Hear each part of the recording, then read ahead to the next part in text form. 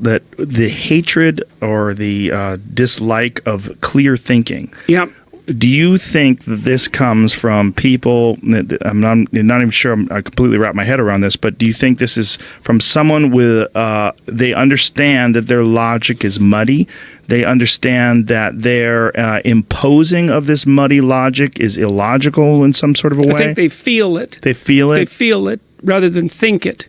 I mean, that's the other thing, is that there isn't a lot of clear thinking on the side of the social justice types, because a lot of what they're doing is reacting at an emotional level. Yeah. Well, they're the best personality predictor of politically correct belief, because we've done this study, although it's not published yet, is trait agreeableness. And agreeableness, I would say, the best way to think about it is that it's the maternal dimension. That's an oversimplification, but not much of one. And so anybody that...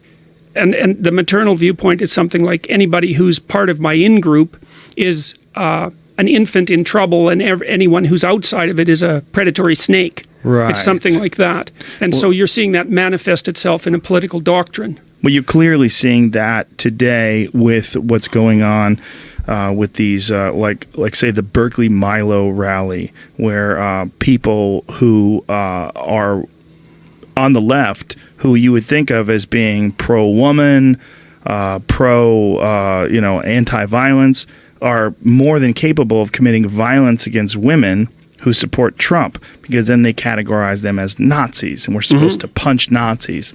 And I mean, there's been a bunch of instances where you've seen video footage of people getting pepper sprayed and hit with sticks because they were wearing the wrong, they're wearing it wasn't even a Make America Great Again hat. It was actually a Make Bitcoin Great Again hat. There's a very famous video of a girl getting pepper sprayed. Yeah, I think I've seen that one. It's fucking crazy. And by the left, and by people who are supposed to be, quote unquote progressive, and people who are supposed to be pro women's rights, anti-violence against women, anti-domestic violence, but yet they have no problem doing it to this other person, because this person becomes the other, because they're on the other side. Yeah, well, I was talking about this line between good and evil, that runs down people's hearts. It's a terrible fault line, and it can be shocking to see that it's the case. And so it's much more convenient for people to divide the world into the righteous and the damned, let's say, and then to persecute the damned. Right. Well, it's convenient too, because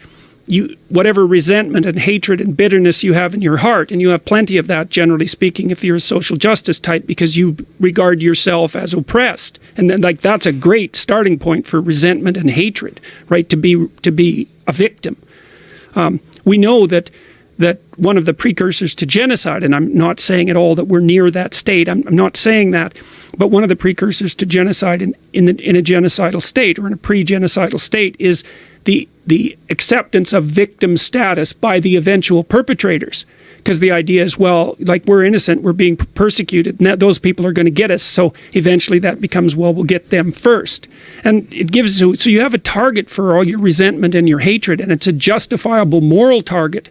And so all the part of yourself that you don't recognize as contributing to whatever problem you think, now pollutes the world, you can ignore all that. You're on the side of the good. There's no moral effort required. And then you have someone to conveniently hate and hit and hurt. And all the while, you can look at yourself in the mirror and say, I'm on the side of the good. I'm just punching Nazis.